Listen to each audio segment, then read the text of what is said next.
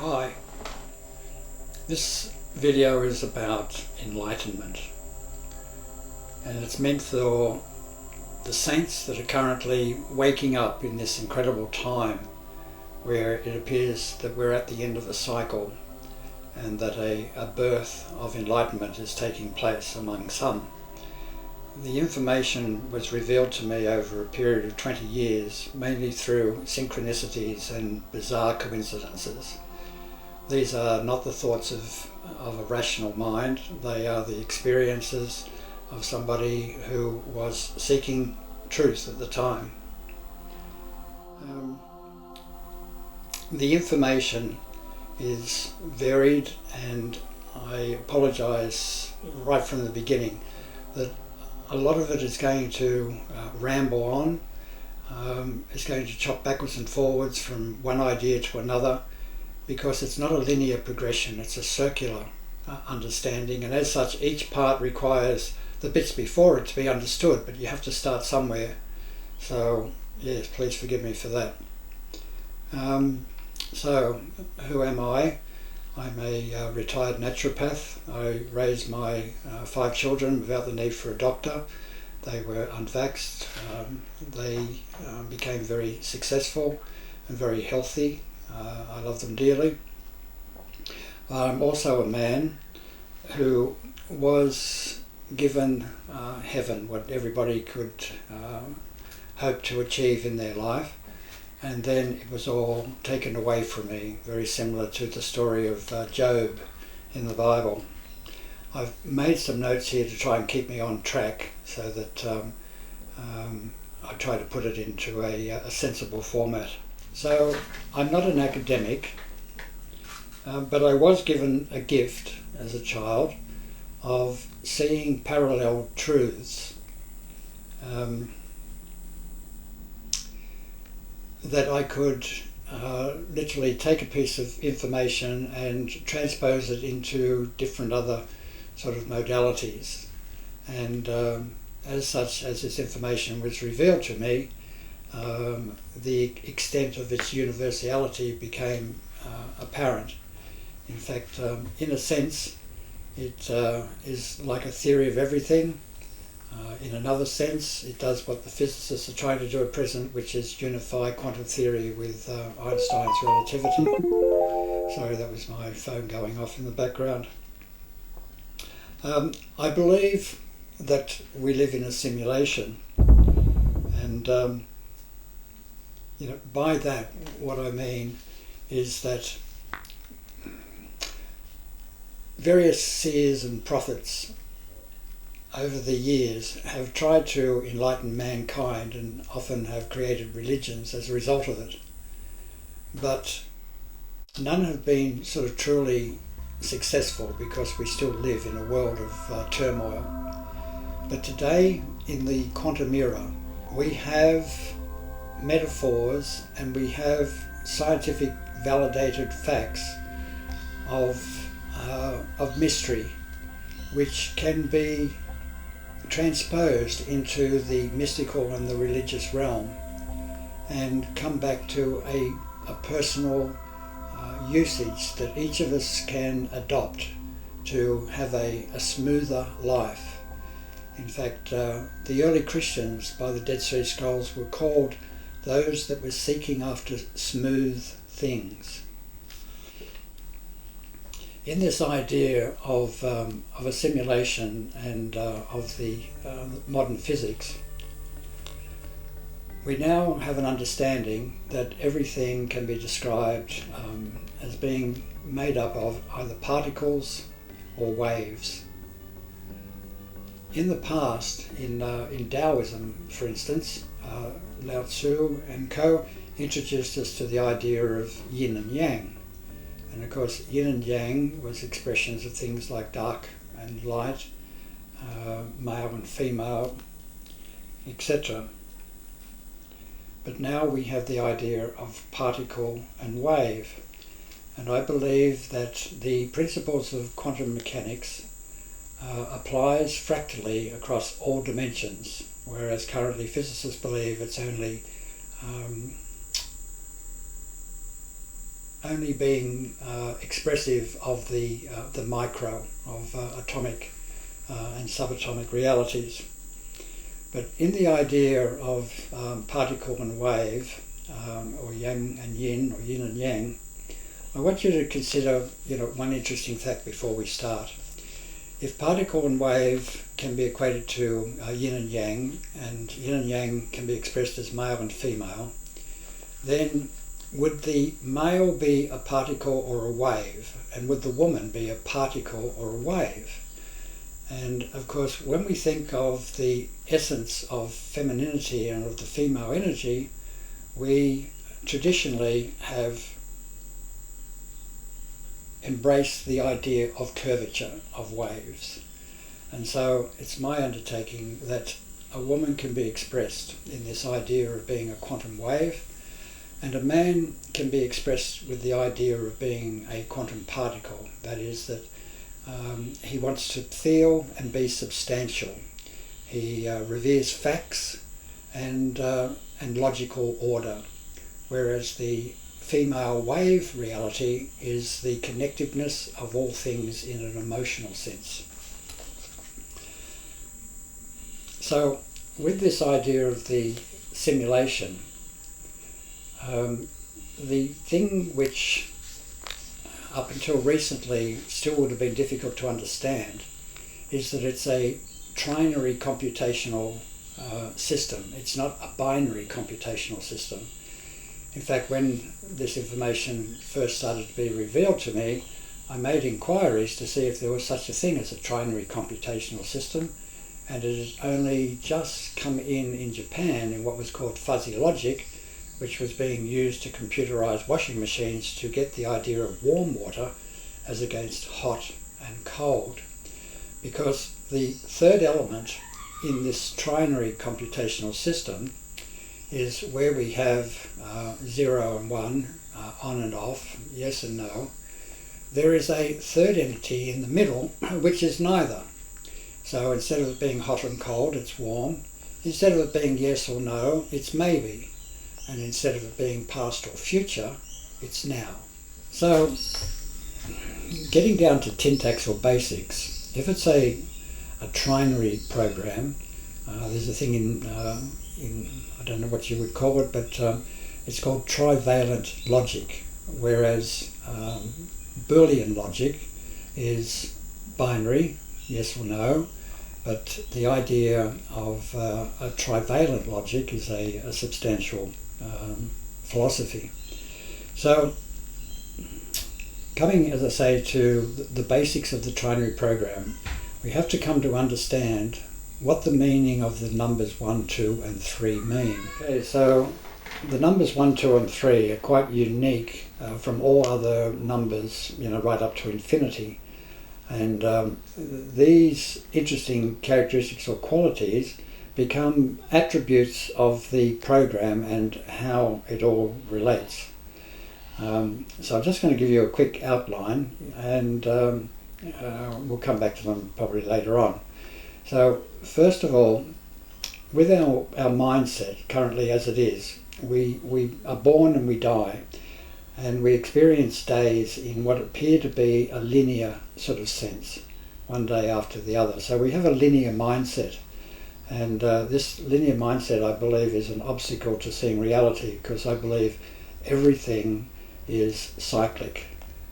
Like drops hitting the surface of a pool of water, every drop creates rings or circles that go out and relate to each other and mesh with others and so on.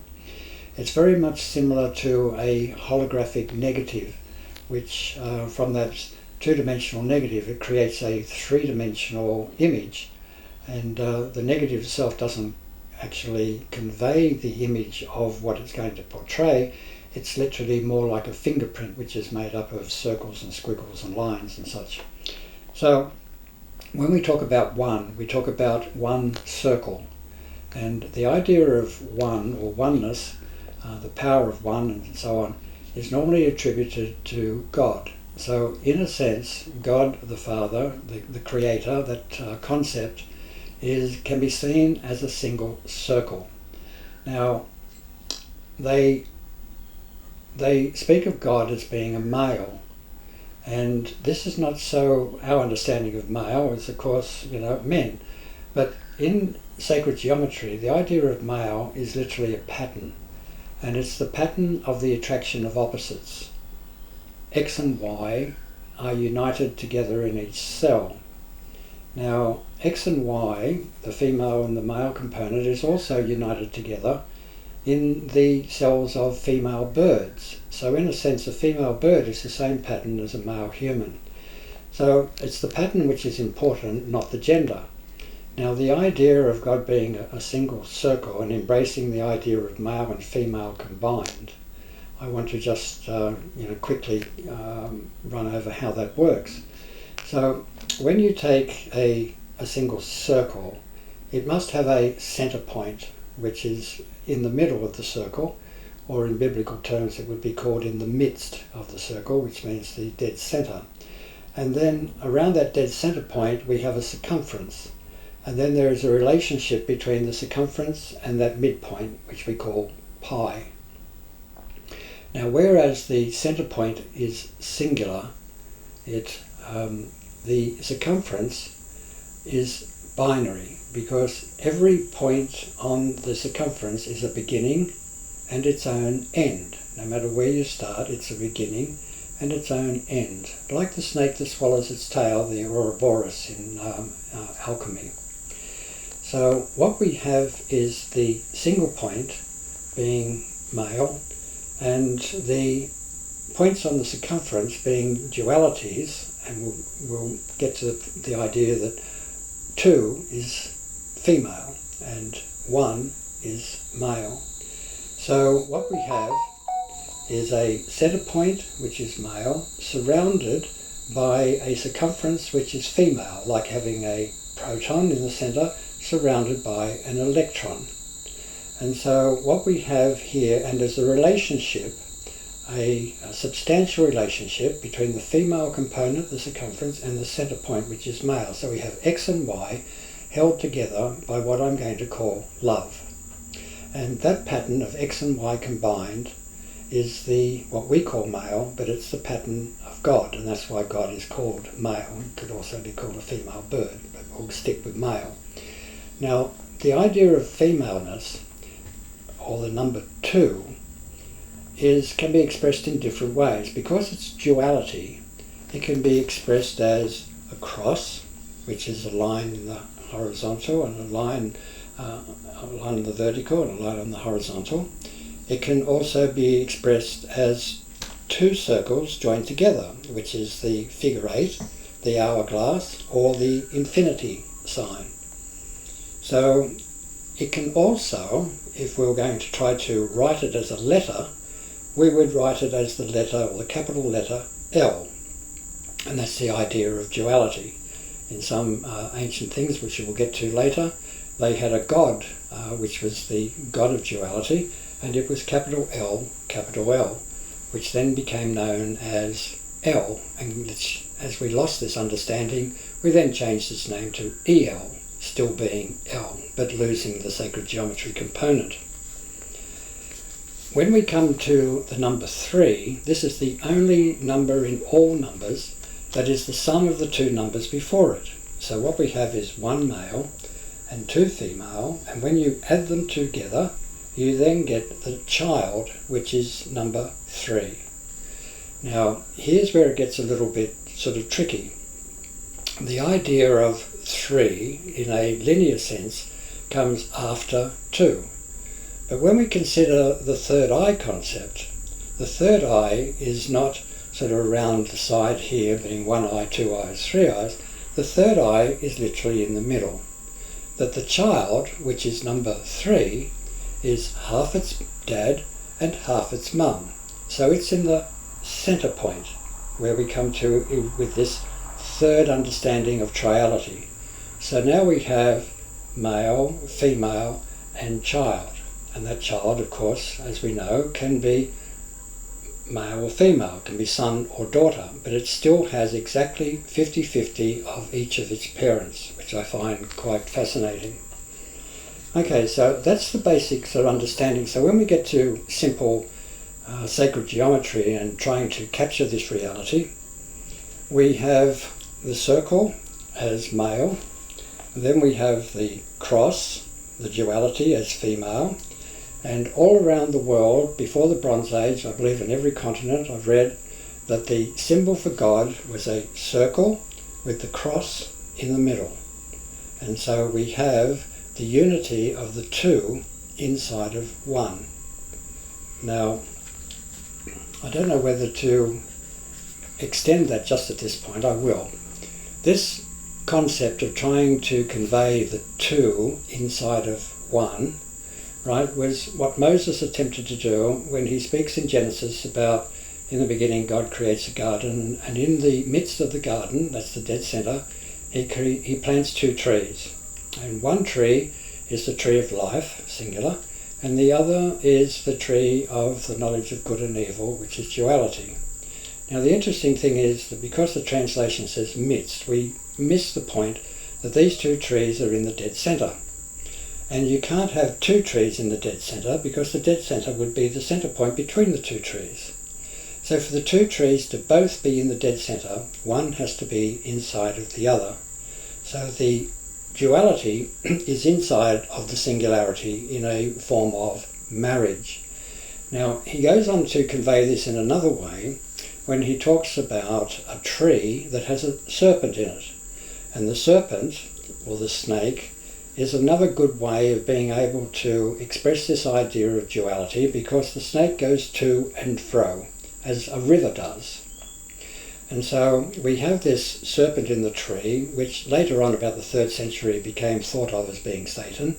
But in the beginning, it was certainly, Moses was not referring to it as being Satan, because the serpent was in the tree when God created it, and God looked at his creation and he said all was good. So the serpent in the tree was quite good. But what we find here is the symbol of a tree and the serpent, the duality, in the centre of it. Okay, so what I want to do now is just give you a little bit of an idea of the things we're going to cover.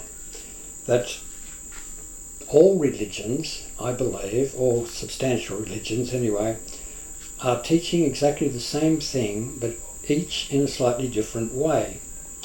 Buddhism, Taoism, Zen, Christianity, Judaism, Islam, and many, many more are all speaking about this same understanding that there is a midpoint or a sacred holy centre between yin and yang, which is the domain of heaven and hell, or God and devil, or the spiritual realm. In fractal mathematics, it's the realm of son and daughter.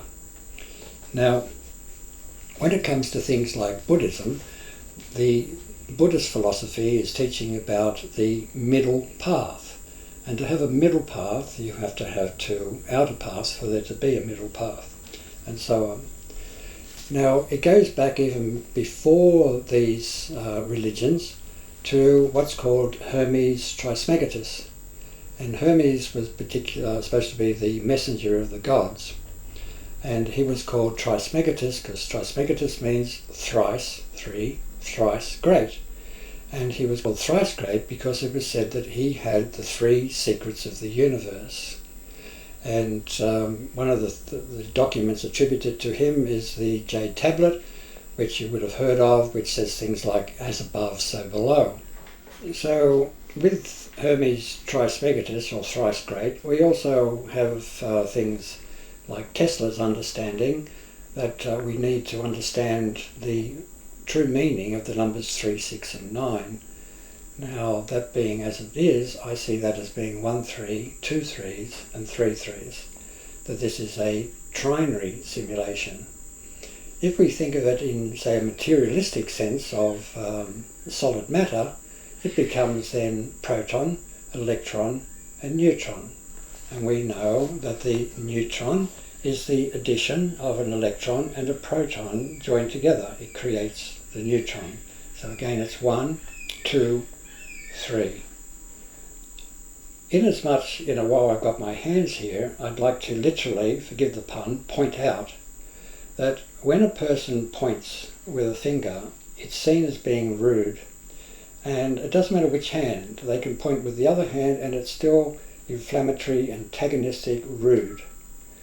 Interestingly though, when we put our hands together, which we do for clapping, which is a sign of excellence, or we put our hands together to revere God and to show respect. So simply going from one hand or the other hand and then joining them in the middle, we have a totally different energy that comes about from it. So keep that in mind, it's worth remembering.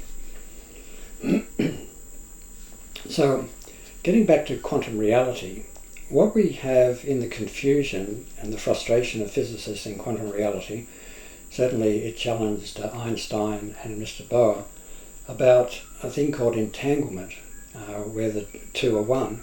We also have weird and wonderful experiments these days, like the double slit experiment, where by changing from one slit to two slits, it changes the thing passing through from a solid particle to a wave. Now, with the understanding that male particle, proton, if you like, is one, and two, electron, female, is two.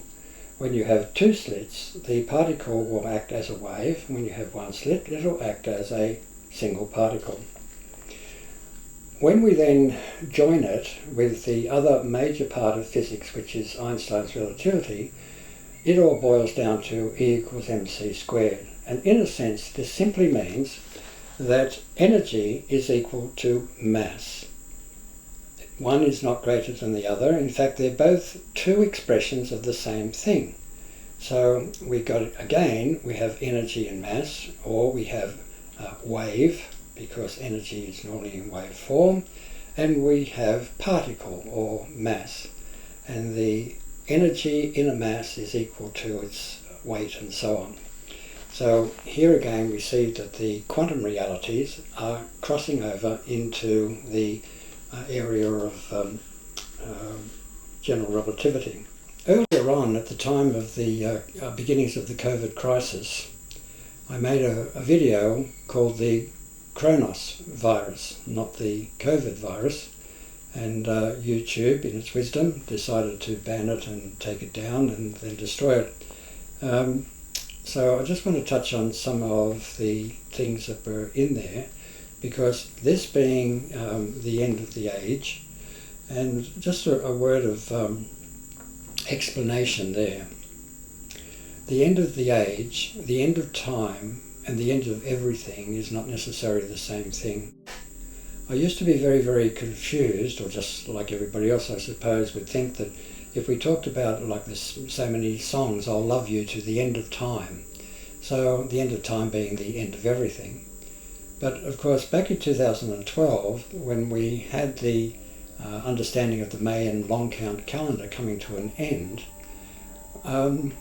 publicity and journalists or whatever maintained that that was the end of the world, and of course it wasn't the end of the world, and it was never intended to be the end of the world. It was end of a particular calendar or understanding of time, and all of their calendars again were cyclic, so it was the end of the big cycle. Fascinatingly, within the coincidences of how things came into my life, I knew that there was a verse in Revelations in the King James Bible which comes about at, I think it's in chapter 10, and it's talking about that the mystery of God will be revealed, and it says, and time shall be no more. And of course things continue on after that, so I was very confused. How could time, be no more? And then I noticed in more recent translations, it changes the concept to God can't wait any longer. So I went back to the original Greek to find out what it was, and it's 3 words. And the 3 words are Kronos, no longer, is. So that doesn't translate as God can't wait any longer. It equates to time shall be no more. And this word for time is Kronos, chronological, linear time. From there, what was revealed to me was aspects of Greek mythology, particularly the Titans. And what I saw there was the same universal fractal reality of these trinities coming about through an evolutionary process. That in the beginning there's nothing, or chaos, and then out of chaos comes heaven and hell, heaven and earth, called Gaia and Uranus, and then their children, the Titans, rule the universe. Now, interestingly, when Gaia and Uranus are first mentioned, they are making love in twilight. They are unified together as one, male and female, in love, working together. The same as the idea of God being a male, X and Y, working together in love. Now, what happens at this point in time is out of this singularity, this idea of oneness, comes two-ness. And to get the two-ness, the female and the maleness of God had to be separated. And what we find in the Greek mythology is that an unborn child of Gaia is called Kronos, and she gives him an arc or a curve, which later on becomes the Grim Reaper, what we call the Devil's Scythe. And with this scythe, he severs the union between his father and his mother by castrating his father and cutting off his genitals. So at that point, separation takes place, and now we have heaven and earth as two distinct entities being ruled by a group of their children called the Titans.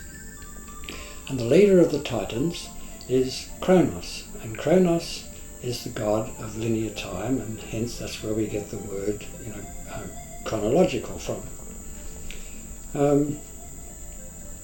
Now, what we find in the Greek mythology is that, without going into the story, you can read it yourself, is that eventually the children of Kronos fight against Kronos and his brothers and sisters, and they have a war called the Titamony, which apparently lasts for 10 years, and at the end of it, the children subdue Kronos and his some of his brothers and sisters, and what happens is twofold. First of all, these Titans are placed in Tartarus, or the centre of the earth. That was the place found for them. And the other thing that happens is that the children that now rule the universe, which are called the Olympian gods, or gods of Olympus, they now rule the universe as a trinity of energies. So one of them is Zeus, and he is the power of one, and he's given a single lightning bolt to rule. And then Hades, his brother, who's a good brother, he ruled what we call hell, or Tartarus, and he was given a bident, a two-pronged hat to rule, and that's where we get the idea of the devil with the two horns. And then the third brother was Poseidon, and he was given the trident, which you always see, the god coming out of the water holding his trident. So we have this idea of 1, 2 and 3. So we've now gone from the second dimension, ruled by the Titans, to the third dimension, ruled by a trinity of gods. And so this was all shown to me, and I thought, wow, what an amazing, coincidence, because here we have this understanding of time shall be no more, and the word for time is chronos. There's another word for time in the Bible called kairos, and that's how the word that God uses for his time, like there is a time for everything. There's a time to live, a time to die, and so on. That's the word kairos. This word chronos is related to this fallen god or fallen angel, which currently, with his colleagues, lives or abides in the centre of the earth. Keep in mind that that centre of the earth is a unity as oneness. So what I then became aware of course, the Bible says in the beginning, God created the heavens and the earth. And then I moved to another area, and the people up there were very much interested in what was called the Anunnaki. And the Anunnaki, recorded by Sitchin, are supposed to be aliens that came from the heaven to the earth. But the word Anunnaki literally means Anu, heaven, I think, I could have it the wrong way around, and Aki is earth. So these are the children of heaven and earth. Now the reason it's hard to believe that they are aliens that came from heaven to earth is because, again, there's war and so on, and these Anunnaki are again placed in the centre of the earth. So it'd be a bit hard to have solid aliens, being placed in the centre of the earth. But when it comes to duality, to a two-dimensional reality, which is a wave reality, then that can certainly go into the earth. So here we now had the Bible with its idea of the end of time, and also an earlier story about how what were called the fallen angels were cast out again to the earth and reside in the centre of the earth, and the Titans being cast into the centre of the earth. And I call the Titans the Teutons. It's not in Greek mythology, but it doesn't say that they are duality, but all of their essences and energies are all dual energies with beginnings and ends. So then I became aware that when people started calling me, some friends started calling me Kali, I then looked up who Kali was. And Kali was one of the wives of Shiva. Again, if we look at the Hindu, what's called the Trimurti, or the Trinity of Gods, they have Brahma the creator, Shiva the destroyer, and in the middle they have Vishnu, which is the sum of both of them. These two come literally out of the centre, as the male and female come out of the centre. Now, in this particular case, Kali is the wife of Shiva, and her name meant, according to what I saw on the Wikipedia, black time, or death to time, or she who kills time. And of course, Shiva, her husband, is a Time Lord. So in a sense, we are currently, by Hindu understanding, living in the period where Kali rules, and her mission is to destroy time, Shiva's deception that he has over the face of the earth. So now we have three different interesting accounts of time dying, but not the end of the world, simply linear time dying. And in its replacement is the understanding of cyclic time, so that what comes around goes around, or the idea of throw your bread upon the water and in due time it will return to you. This is very, very important. And later on again in Revelations at the end, it says that the devil is placed down into Tartarus, where he can't deceive the nations again for 1,000 years.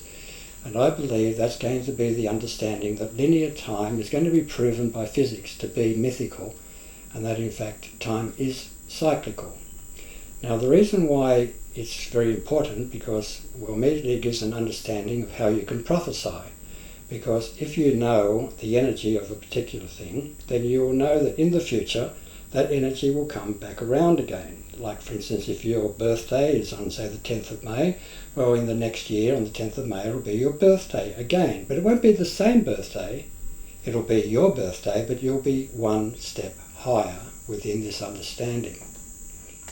There's some interesting things to ponder. Let me just go back to the idea that the program builds trinities. It starts with one, it then creates a shadow, which is its reflection, which is two, and then the two can come together and they create three. Now, you can look up a thing called the Axiom of Maria, which is a pivotal philosophy of alchemy. And Maria was a Christian Copt, I think around about, in the 1st or 2nd century. And she was known as Maria Prophetessa, so she was a prophetess, and she was also known as the sister of Moses. Now, Moses lived many, many hundreds of years before her, so it wasn't a physical sisterhood, it was the fact that she was continuing on this same knowledge that Moses expressed. And her thing is called the Axiom of Maria, and basically it says that out of one comes two, and out of the two comes three, and then the three, is four, that's the child can be male or female, as all else, and that becomes the next one. So from this process of 1, 2, 3, 1, 2, 3, like a waltz, we have the idea of evolution, of things continuing to expand and to grow out. Now, in physics, we have this thing called the Big Bang, and of course when asked what happened before the Big Bang, they can't tell you. but out of the Big Bang came the birth of time and also the birth of matter. Now, I believe that before the Big Bang, which can be related or equated with the Titan, there was a two-dimensional universe, and in that two-dimensional universe, all of the mathematical gods of the universe ruled that universe in wave form. And so they were two-dimensional, which meant they had height and they had width, so they were waves, but they had no depth, there was no solidness. And then something happened, what they call the Big Bang, and out of that came the third expression, and now we had matter as the proton and electron and neutron, which in itself is a fascinating example to consider, because the first piece of matter that we have is a duality. It's one proton and one electron called hydrogen, and that electron spins around the proton. And then what we have to get to the second element, which has neutrons in it, we find that to create this process, which is called nuclear fusion, and it occurs in every sun. So the process of turning one into two is the process that gives us sunlight in every star. And to achieve this, what happens is that hydrogen has to produce what's called two isotopes, or I call them the sons of Adam. And the Bible calls them Cain and Abel. And Cain and Abel fit in between Adam and Seth. And Seth is made in the image of Adam. So Adam is one and Seth is two. And in between it we have this conflict between the two brothers, Cain and Abel. But in the sons, the conflict is between the two isotopes of hydrogen called deuterium and tritium. And deuterium and tritium, under the huge gravitational pressures, fuse, destroy each other. One is annihilated and the other is spat out as a photon. And that is the same as Cain destroying Abel and then being shot out west out of the Garden of Eden. So when we now have this development of Seth, or the development of, what's the second element? Hydrogen, helium. Helium is the second element. And in the second element we now have neutrons, protons and electrons. So we go from 2 to 3. So we had the Big Bang where there was nothing, that was 1, united, then we had 2 as proton and electron, and then we had 3 as helium. And from then on, all the rest of it is just more multiplications of that particular geometrical pattern. With this idea of 1, 2 and 3, and 2 comes before 3, and out of 2 comes 3, out of male and female comes through the joining, children, which is the third element. We have by various different accounts that these fallen angels have all been put down into the centre of the earth. And we also, and because they're binary, we know that from, again, that initial pattern of the circle, that the circumference is binary, and so they have a relationship to the minds and to the technology and to the constructs, that's on the face of the earth.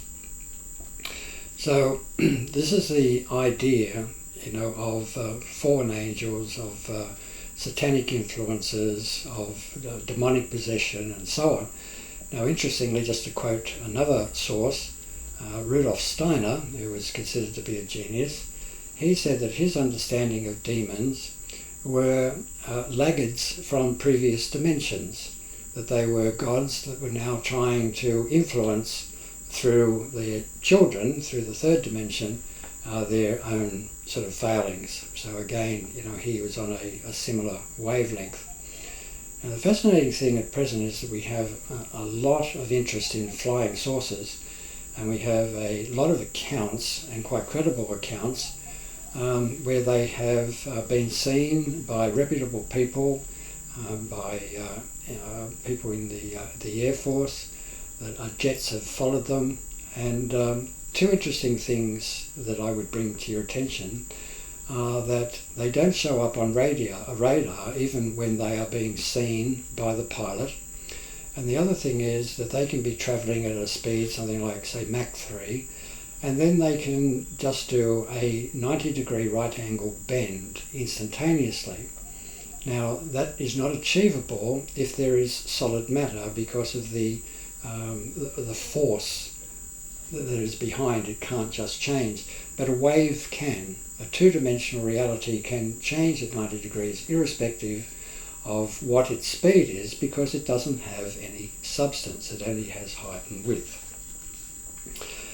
So we have now the idea that there is a connection between what we call demonic forces in the centre of the earth, the fallen angels of whatever particular religion you ascribe to, the sighting and the prevalence of UFOs around the earth. And it also coincides with both the advent of the COVID virus, and more importantly, I believe, it also coincides with the world takeover of binary computers. With the 5G sort of network, we've steadily been working technologically towards producing a two-dimensional intelligence as a guiding form on the earth, and this is the binary computational system. Now, as I've said before, that out of two, comes three. And what we find is that binary computers have now evolved in what we call quantum computers. And you will notice that the quantum computer accords with exactly this same understanding of the third power being in the centre as the combination of its two parents. So the quantum computer has a 0, it has a 1, and in the middle, in brackets, it has what's called the qubit, which is the 0 and the 1 undifferentiated, added together, which is the child. Now the fascinating thing is that with the introduction of the central qubit, the trinary computational system hasn't become a third faster than binary systems, it's become infinitely faster than binary systems. It can do in the matter of moments what the greatest supercomputers in the world couldn't achieve in their lifetime. In this same regard, you might consider, as the analogy jumps over, that the third eye, which is placed in the centre, which there's a popular belief that it has to do with the pineal gland and so on, be that as it may, but Father Roak, R-O-A-K, he says that opening the third eye is becoming Christ consciousness. Now we'll get to what Christ consciousness means in a while, and you'll see that there's quite a bit of substantive proof or reality, consistency behind this idea. And of course, when the third eye opens, we don't become a third smarter, we become enlightened, we become infinitely smarter, because in my understanding, we are now back in harmony with the program, which is a trinary program. Currently, and for some time, mankind's mind has been working in a binary way. If you take Moses' account, it was when we ate from the knowledge of good and evil and became maybe genetically modified. This idea of becoming genetically modified, in my personal history, was then reinforced by the coincidence that being medically trained, I knew that mankind had 23 sets of chromosomes, but all of the great apes, which were supposed to be in their family, had 24 sets. And so I thought, have we lost a chromosome, and was that the mutation, and was that what happened when we were kicked out of the garden? Then, very soon after that, what they discovered was that we did, in the beginning, have 24 chromosomes, and that there had been a fusion. Now this fusion is identical to so many other different things that it can't be ignored, because the fusion is between the second chromosome, which we now know the second would be female, and the third chromosome, which we know would be the child. So the second and the third chromosome has now joined together as one. And so this chromosome now has a 2 capacity and a 3 capacity. And this understanding, helps to give us why it is that we have the mindset and the personality and the human dilemma that we have been battling with for so long. Anyway, they don't know when this fusion took place, but it wasn't until, and again this occurred as this was going along, that they found that we had mated with Neanderthals, which up until this time they said we never did. And then when they did the genomes, they found that the Neanderthal also had the second and third chromosome fused, but none of the other great apes do. So, it puts us, that whatever this connection is with the Neanderthals and possibly the Denisovans as well, has separated us from the main branch of Homo in a sort of species. So in a sense, we know that the Neanderthals are much, much older than Homo sapiens. So if we consider this being the branch of man, so we go back to the Homo beginnings with Homo boisei and Australopithecus, and then eventually up to us. So the Neanderthals came off somewhere here, chimpanzees came off a bit lower, gorillas came off a bit lower, and so on. So these things are all, in a sense, the children of mankind. So the Neanderthals I like to think of as being the daughter of mankind. And as I say, they existed for many, many, hundreds of thousands of years before us. And what we find is that the Neanderthals have mated with Homo sapiens, and it wasn't just sort of in little spots here and there. No, they got all Homo sapiens when they were coming out of Africa. And the only way to do that was to come and camp in the Holy Land, where the Garden of Eden supposedly was.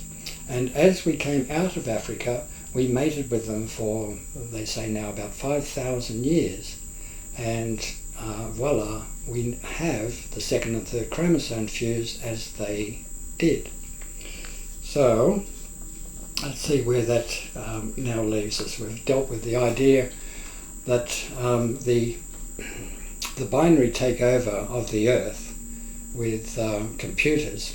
So let me just sort of touch on for a moment then the idea of where this stands in Christianity.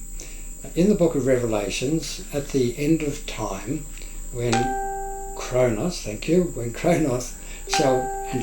shall be no more, it's also in the same chapter 10 when it says the mystery of God will be revealed finally.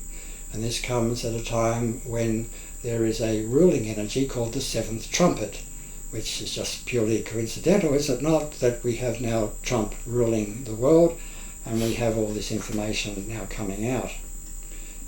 Yeah, so the story of Revelation captures a lot of all this interesting stuff that's going on, at present. Now, what I want to lead into, when I talk about 3 comes out of 2, and 2 comes before 3, so 2 becomes the preparation, if you like, for 3.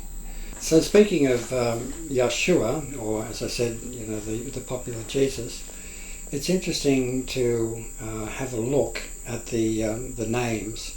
Also, I'll just reiterate and finish that last bit, that with 2 coming before 3, what we have in Christianity is that we have Elijah coming before the Messiah, which in Yeshua's terms was John the Baptist coming before Yeshua. And Yeshua said that as great as John the Baptist was, he wasn't, that the least in the kingdom of God is greater than John. Because John was the preparation, he was a 2. And the people in the kingdom of God are 3s. So no matter how great the 2 was, it's still going to be less than the idea of 3. So 2 comes before 3. Interestingly, when we think of, a couple of things, we have like the idea that the man leads and the woman follows. And the man loves, his wife in return. We also, as I mentioned, had John coming before Yeshua. And so in Moses' account, we also have the night coming before the day. So if you're sort of sticking with me, we're getting a lot of points here all muddled together. But if we look at the universal patterning, that when we have the cross inside the circle, when we have duality inside of one, then and that one is a trinity of energies, then what we have is again this midpoint, which is what I call 3/2. Now the way that I get to this, I'll try and keep this together, is that before the third dimension, my belief is we had a second dimension and a first dimension, and those two together unified with the Big Bang to create the third dimension. So we know from children, from the human biology, that the child in the middle is 50% of its father's genome and 50% its mother's genome.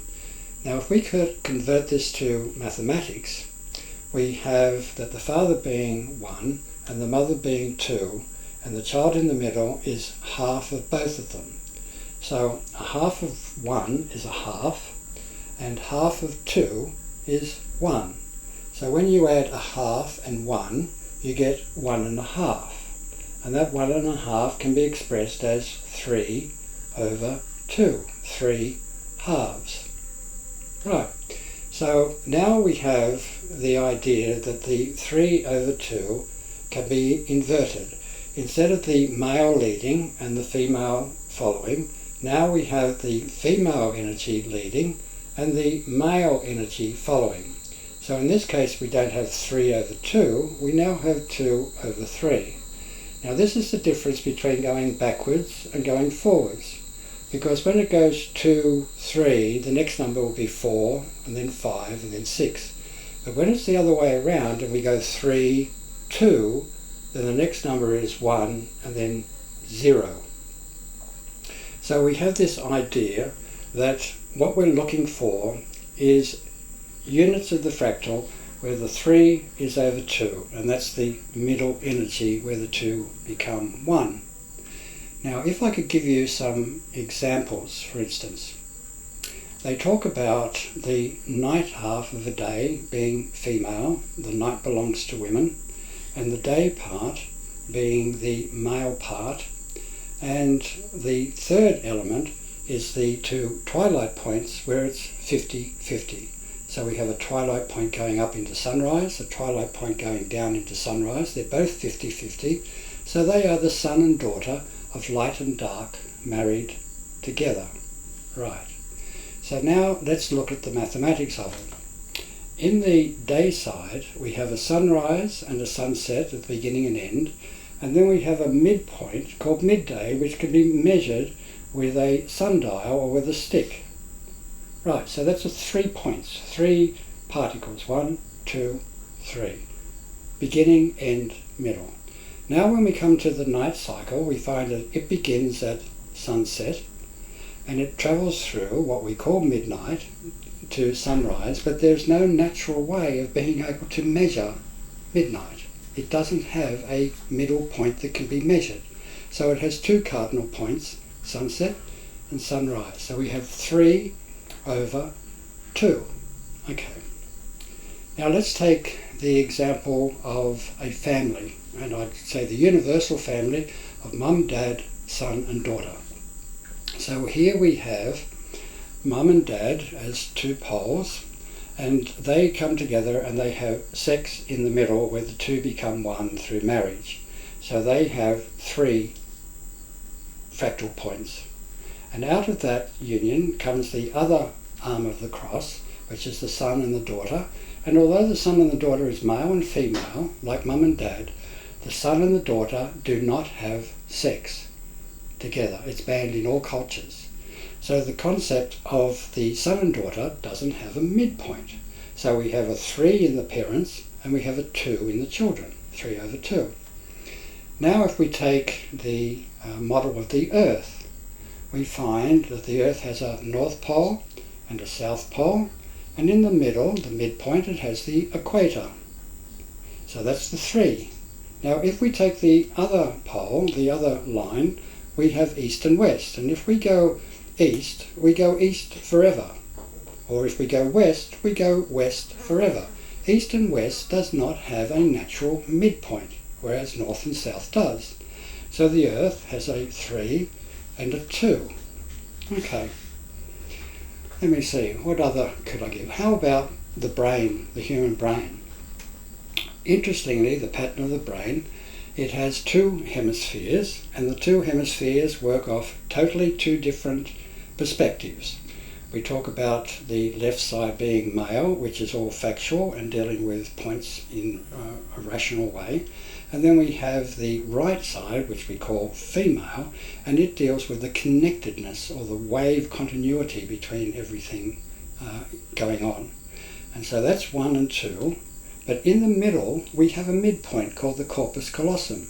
And that bridge unifies these 2 contrary processing powers into a harmony which we call normal thinking.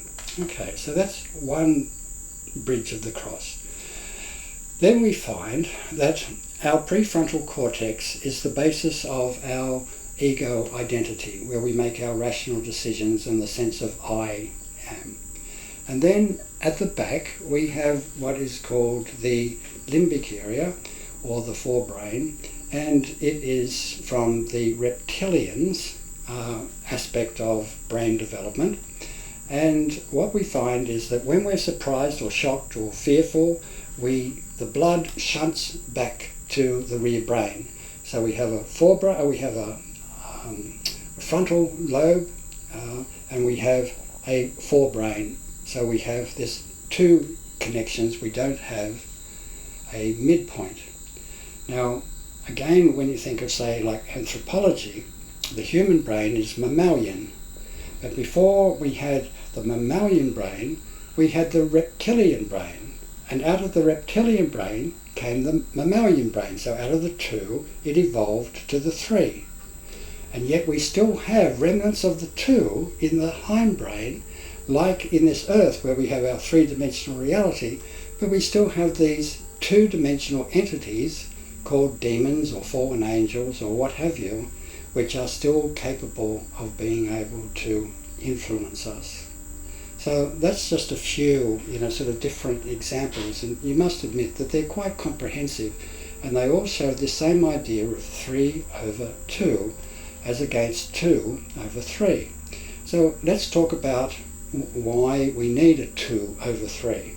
Because 2 over 3 takes us backwards, as I say. We go 3, 2, 1, 0.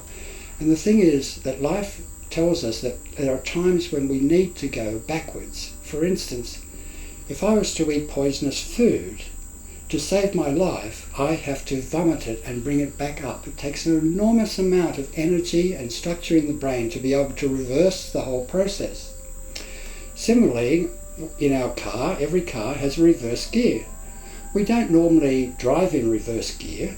We drive in our forward gears, but when we get to a dead end, our reverse gear becomes a lifesaver to get us back out onto the forward path. That getting back onto the forward path in physics is called chaos, but it still works to restore law and order. This is a little bit why, again, in the Gospels written by Paul, he talks about a man that he couldn't get anywhere with, and he said he had to turn him over to Satan. And he was turning him over to Satan, not like, go to hell, and suffer. He turned him over to Satan so that he could be taught through the flesh the reality of the spirit. So here we have this amazing, sort of brain.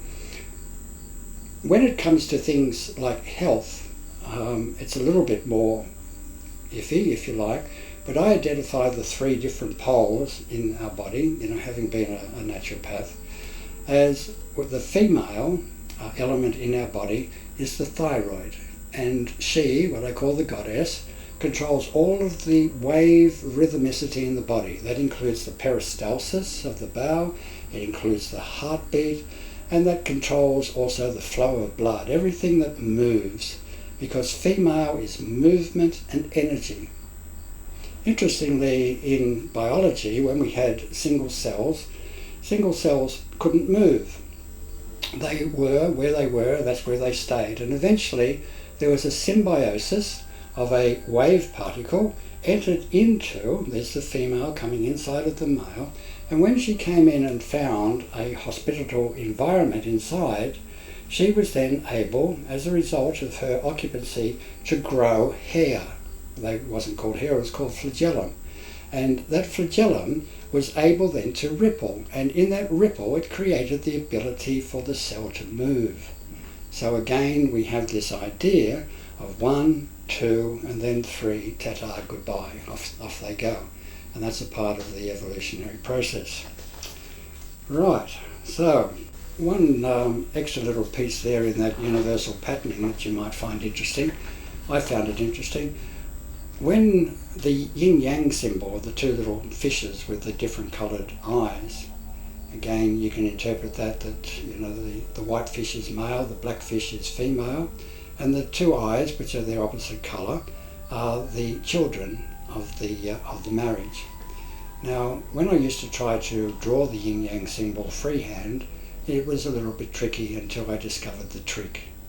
And the trick is that when you draw the figure 8 of the female pattern, and then you create a circle around it, and then you rub out half of this circle on the figure 8 and half of this circle on the figure 8, now you have the yin-yang symbol perfectly drawn. And the interesting thing is that with the female centre point that she revolves around, her centre point when she comes inside of the circle is the same centre point as the male circle, the singularity. So they both worship the same centre, and out of that same centre comes the children.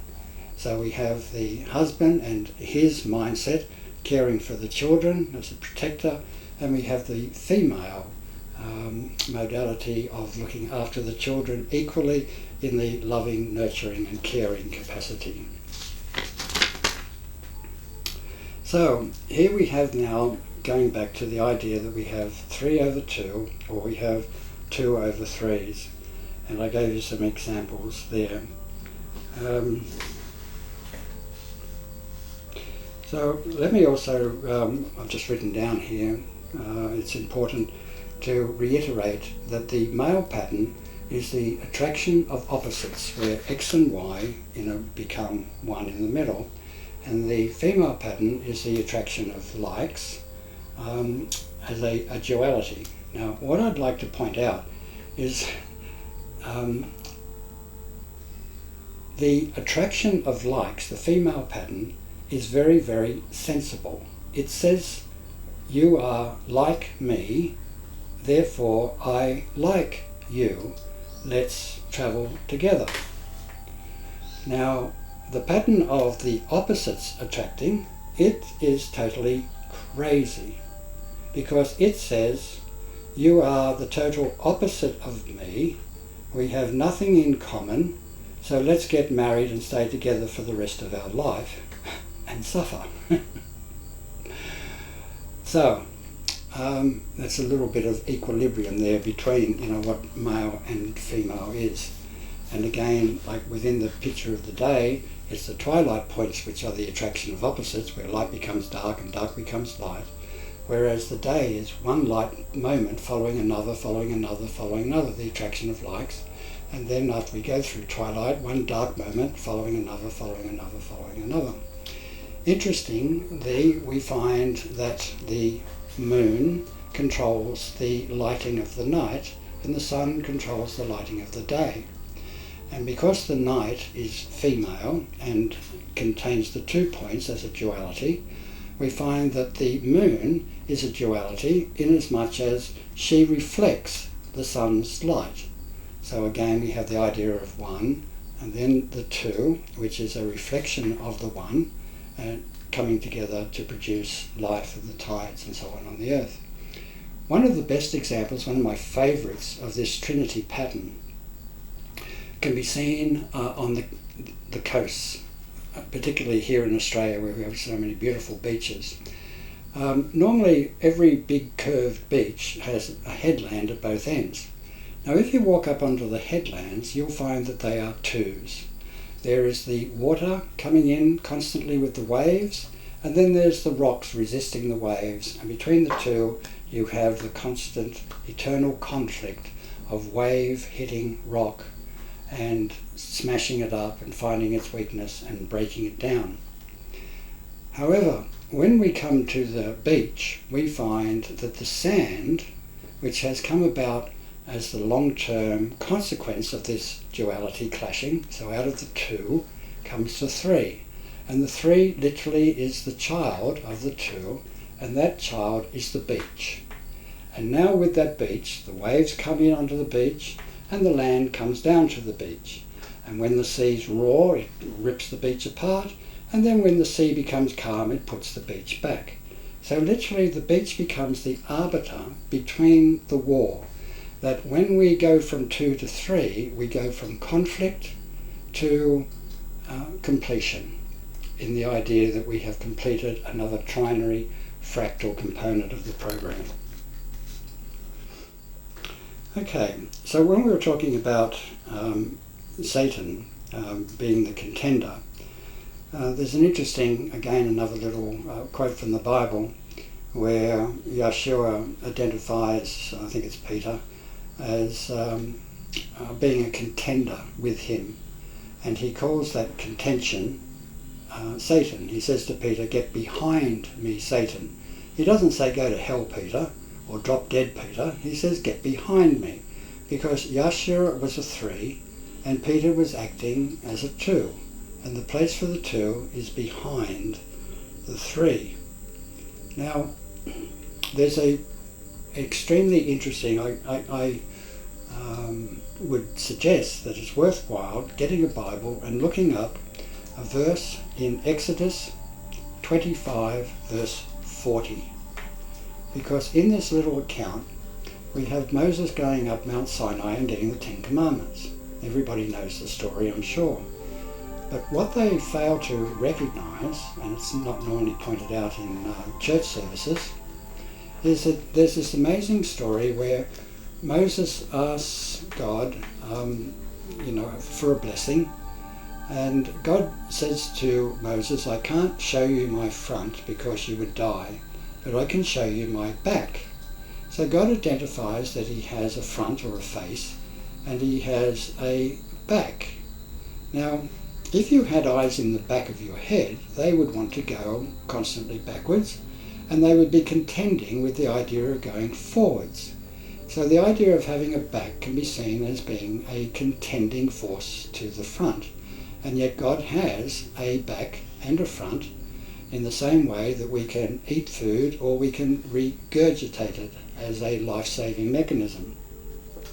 So in Exodus 25:40, we see that God walks before Moses after putting him in the cleft of a rock, and Moses sees God's back. Now, if God lives in the eternal now, which is the middle point between past and future, and he is old man time, if you like, the beginning and the end, the alpha and the omega and so on, then his back would be looking backwards into the past and his front would be looking forward into the future.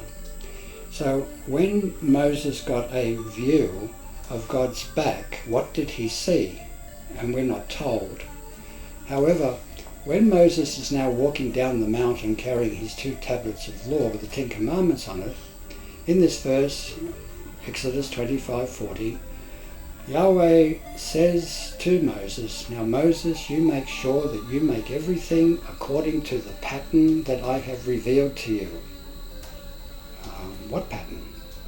Now, that word pattern is translated from the Hebrew word, which literally means likeness or similitude. Now, theologians believe that Yahweh was telling Moses that when you make things, like when you make the tabernacle, and you make the bits and pieces that go in it, like the laver and the candlestick, that you make it according to this pattern. I believe that it's a little bit bigger than that. I believe that the pattern, the similitude that was revealed to Moses, was the trinary fractal pattern of how God created the universe. Not only did Moses now have to make everything according to the pattern, that was because God had made everything according to the pattern. And Moses then wrote his 4 books and so on, and he encodes this pattern right through these 4 books, right from the very beginning, when the 7 days of creation and so on are all according to this pattern. I won't go into that because it's too lengthy, and I have to show you with drawings and things to be able to get it across. Okay, I'm going to talk about one of the realities or consequences of time being cyclic, and what that means in a deeper sense. But just before I do, I want to speak about the actual names that we attribute to Yahweh, the Creator God, YHWH, and the Saviour, known as Jesus, sometimes called Yeshua, in the Old Testament called Joshua, and I think best translated as Yahshua. The reason why I think it's best translated as Yahshua is because he says, "I have come in my Father's name," and his Father's name was Yahweh. So his Father's name wasn't Yesweh, it was Yahweh. And so I believe that his name is Yahshua. And Yah is referring to the Father, which I'll get to in a minute. And Shua is the verb of salvation, meaning you can be saved. So when we go back to the Father's name, Yahweh, we find that in the Hebrew it extends to "I am what I am, and I continue to come into that which I will always be." In other words, he is the eternal now. He is the power, the salvation power, the saving power of creation. In physics it would be called the collapse of the wave function. He is the creation energy. And then when we have the Messiah coming, he stipulates, and it says there is no other name under heaven or earth where a man can be saved, and that name being Yahshua means in the now moment lies salvation. And the reason for that is because past is male, future is female, and the now moment is the synthesis of both, and that's where the presence of God lives. Now, interestingly, we have a little snippet of how they understood this knowledge in the past, before we became civilized, and it's called double jeopardy. And it states that you can't try a man twice for the same crime. And that's absolutely ridiculous. Because if you tried a man and he was found innocent, and then next week you found the body in his cellar and the murder weapon and his fingerprints and so on as an open and shut case, you're still not allowed to try him. And that doesn't make, to me, any logical sense about justice. And justice is a huge component of our sense of civilization, the introduction of law. So where does this double jeopardy come from? And I believe it comes from the fact that in times past, if a person was found guilty under law, and he was then put on the scaffold to be hung, and when they released the trapdoor and he fell down, the rope broke, then in the now moment, God was saying, this man is not to be hung. And so they had to let him go, even though he was guilty. And so that's the idea of not being able to hang the man twice, or not being able to try, the man twice. Now, in this same idea, when we think of a rational world, from the male sort of perspective, from the left brain, we think of law and order, or of rules, that if you're guilty, you get punished. If you're innocent, you get let free. And so that's the duality of rationality. But where in that picture do you find mercy? Mercy is not saying you're innocent. Mercy is saying you're guilty, but you don't deserve to be punished. So mercy sits in the middle between guilty and innocent. And so, as I say, this is captured in our idea of double jeopardy, which I think, is quite fascinating. So back to the idea of time being cyclic and the idea of forgiveness of sins. So in our current understanding of theology, it's very simplified. It just says believe in Jesus and your sins are forgiven, etc., etc. But believing in Jesus and calling on the name of Jesus means calling on that in the reality of the observed now moment lies the ability to be saved. Now, when it comes to cyclic time, it means that what comes around goes around. So if at a particular point in time you went the wrong way, in a linear sense you can't do anything but maybe atone for it or just forget about it and go on. But in a cyclic sense it means you're going to come back around to that same point. And when you do come to that same point, you will be able to atone for the sin that you did back then. And in a sense, where you went wrong the first time, you've now gone right the second time, and the two cancel each other out, and your sin is forgiven. Living in the now moment with eyes open and ears open, and the third eye open, gives you the ability to neutralize karma. And in a sense, this is what Yeshua was trying to convey in the Sermon on the Mount, when he said, Moses gave you the law of retribution, that an eye for an eye was fair and just. That's binary. But he said, I'll give you a better way. When you are smitten on the right side, turn your cheek to the left side. This is not because you are holy and wonderful. It's because you know how to enact pure justice. Because later on it says in another area that by doing so you heap coals of fire upon the offender. So if you don't want a karmic response of taking the law into your own hand and hitting the person back, and then having that vibration continue in each cycle, you can nullify it by turning the other cheek, because you have done something in the past to achieve that reality when this person has hit you. So every event, is preceded by previous events in those same cycles of ripples that come out. So that's something very interesting, to think about, and gives an entirely different understanding of the forgiveness of sins and how it's achieved through the name of Yeshua. Okay, so I've written here about cosmology, but we've already dealt with hydrogen becoming helium, Adam becoming Seth, how we achieve the neutron. And the neutron, of course, is made in the image of the proton, and it also has 3 quarks, the same as the proton has 3 quarks. All right, so now we get to the pretty much nearly towards the end, hopefully, where there is a thing called the mind of God. And in the Bible there's also a thing called the Great Secret, and there's also a thing called baptism. So I just want to read to you a couple of quotes here. In the Orthodox Eastern religion, they say that you can't understand or know the mind of God, that God is unfathomable.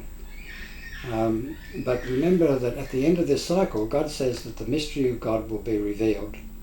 And so if the mystery of God is revealed and we still can't understand him, well, then that doesn't make much sense. So in 1 Corinthians chapter 2, 16, it says, we have access to the mind of God. It says, for who hath known the mind of Yahweh, that he may teach it. So not only can we know the mind of God, but we can also teach it. And the way that we teach it is literally having our mind embedded in Christ. Now, in chapter 2, verse 7, it says, the wisdom of Yahweh is hidden in a mystery. And it also says, the kingdom of Yahweh is not in words, but in power. Fascinating. That's what we're all looking for that power. And so consequently, I would maintain that my attempt here at present is to teach you, or is trying to teach you, about the mind of God. And when your eyes open and you see these same patterns in your own life, you become capable of knowing the outcomes of what will happen if you do this and what will happen if you do that. Because the energy that starts will be the same energy that finishes whatever the enterprise is. Carl Jung, I believe, understood a lot, if not all, of the same pattern sequences, and he tried to enlighten mankind through his psychology. Jung was once asked whether he believed in God, and he answered no, which quite confused the questioner. And Jung went on to explain, he said, I don't have to believe in God because I know God. We only believe in things that we don't understand or know. Like we don't believe in our parent, we know our parent or our child, and so it goes. Okay, so that was again some of the New Testament quote there of the Christians that were called seekers after smooth things.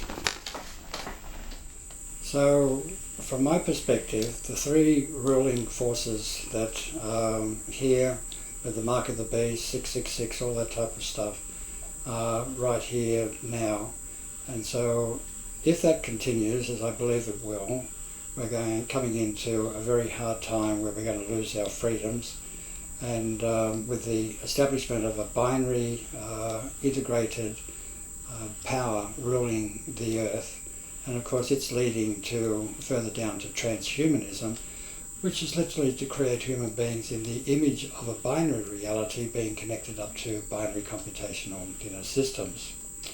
So the message that I'd like to get across is that when you know that the labour pains are leading to the birth of the baby, don't concentrate on the pains, concentrate on the baby that's yet to come, and don't let it make you fearful and get worried. By all means, sort of fight to your heart's content to slow this process down and not let the bastards get their way. However, don't let it take away your peace. There are a couple of things here that I missed out that I just wanted to cover. When I talk about, the beginning and the end, is the same energy, a good account of that is with the coming out of the people out of Egypt, because this current time is talking about the people coming out of Babylon. Well, the people coming out of Egypt, it started with them going through the Red Sea. They then travelled for 40 years, I think it was, in the desert of sin, which means, without sin. They followed Yahweh in the form of a whirlwind and a pillar of fire, and during that time they raised and birthed children without sin. Their lovemaking would have been perfectly in accordance with the energy of three. And after they had a generation of children born without sin, these children then crossed over the Jordan to enter the Promised Land. So they started with the parting of the Red Sea and it finished with them crossing the Jordan. So again, you can see the same energy being connected there. Like the Aurora Boreas, again, the snake swallowing its tail. Okay, another aspect that I haven't touched on yet, we've talked about the beginning and the end being the same energy, but what about the middle energy? What does that tell us? If you're on a journey and you get somewhere in the middle and something occurs, what's that actually indicating? Well, I believe that what it indicates is the energy of the next cycle of that particular energy. For instance, if you think about the story of Paul or Saul, he was persecuting the Christians in Jerusalem. He's given the assignment to go up to Damascus and to bring them back for trial or execution. And in the middle of that journey, he is blinded with light and hears God's voice saying, why do you persecute me, Saul, etc. So he, getting that message in the middle of the journey, it gave the energy of what the next cycle in Paul's life would be. And as we see, it does, because when he gets to Damascus, he is converted to Christianity, and then the last part of his life is supporting Christianity. Now, there's another part, because on his journey back towards the end, in the middle of his journey, he is met by other Christians that have shackles on their hands and legs. And they say to Paul, this is what you are going into. And Paul said, yes, I already know that. And so when indicating the next phase of that cycle of Paul, when he got to Jerusalem, sure enough, he was arrested, and then he went into captivity, for the rest of his life. So when you get an interesting energy in the middle of a journey, it indicates what the next cycle would be. A personal example with me was I was going canoeing with a friend, and in the middle of the journey we had a bad accident where a cow came through the windscreen, went over the car, and the driver, my friend, almost got killed, but he didn't. It was very lucky. The horns of the cow didn't go through his head. One went into the top of the roof, the other went into the windscreen wiper, and so only his nose came through and hit him. So we continued on, and when we got to the end, we went on our canoe journey, and all was good. Anyway, a couple of years later, in the next cycle, he went on a canoe journey, and he never made that one. He died in the canoe journey. He went down into under a waterfall, and the water held him there, and he drowned.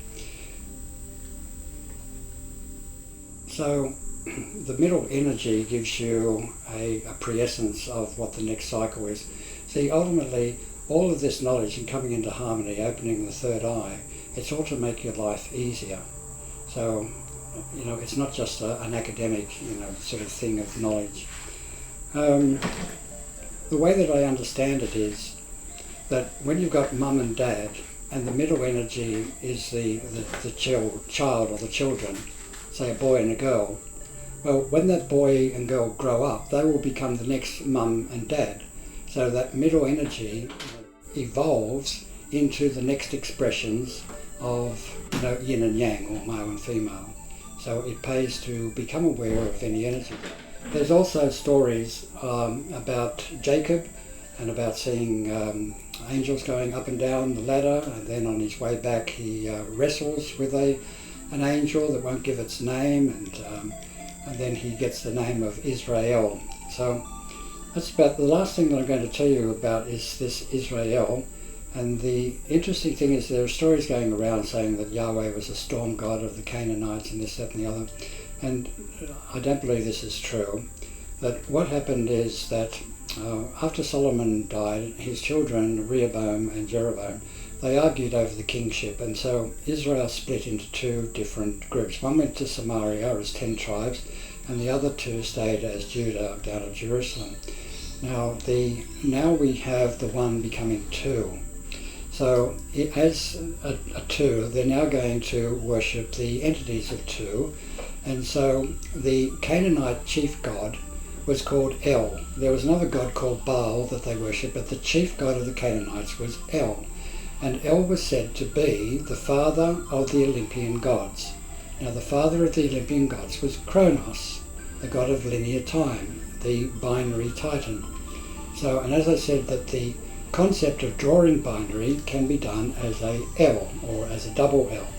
So this god El of the Canaanites became confused with Yahweh in the worshipping of the 10 tribes of Israel, who also set up another temple, which was a binary temple rather than the one made to Moses' pattern down in Jerusalem. So this is where a lot of the confusion, comes in.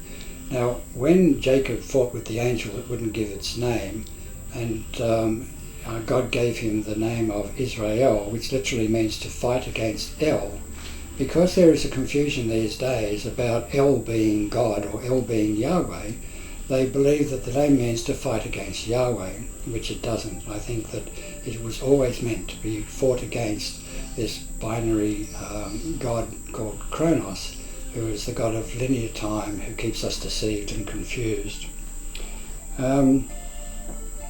So that's about it. There's a few things that I've missed out on, but most of all this material is contained in 3 books that I wrote over those 20 years.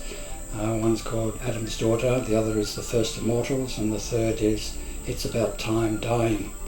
The book series is not available through bookshops and things and so on, but if you're interested in this, please join my Facebook page or my Telegram page called There Are No Mirrors in Heaven, and there will be other videos and things, and should you wish to purchase my books and get the additional information that I haven't been able to deal with here, then just let me know. The 3 books with postage cost $100. I charge for them because I found if I have, and in the past I have, given the books away freely, people unfortunately when they receive something for free they don't think that it's valuable and they don't get around to reading it, and so they don't get the benefits.